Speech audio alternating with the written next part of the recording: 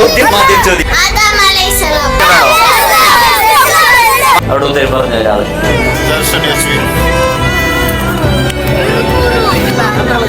ദക്ഷിണ കന്നഡയുടെ DC ആരാണ്?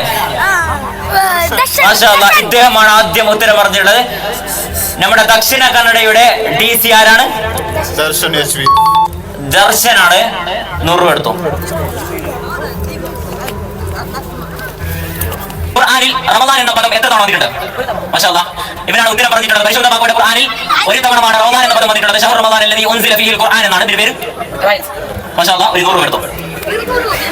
രാത്രി ആകാശത്തിലേക്ക് യാത്ര പോയിട്ടുണ്ട്. ആകാശത്തിലേക്ക് യാത്ര പോയത് മക്കയിൽ നിന്ന് മദീനയിലേക്ക് പോയ യാത്രയല്ല.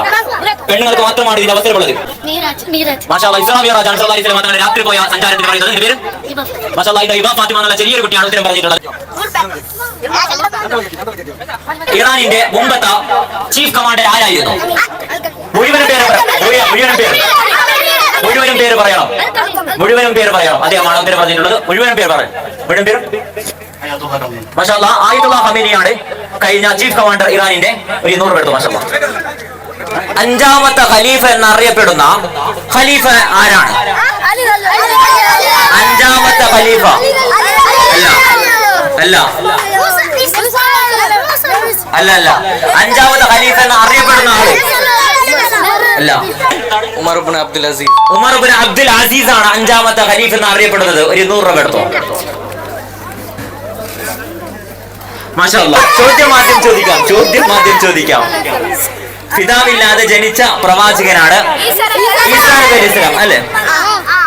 ഇത് ആദ്യം പറഞ്ഞ ആൾക്കാണ് ഉത്തരം. എല്ലാവർക്കും അറിയാം, പക്ഷെ ആദ്യം പറഞ്ഞവർക്കാണ് ഇതിന്റെ ഗിഫ്റ്റ്. ഓക്കെ അല്ലേ? എല്ലാവരും കൈ ഉയർത്തേണ്ട ആവശ്യമില്ല. ഉത്തരം പറഞ്ഞ ആദ്യത്തെ ആൾക്കാണ്.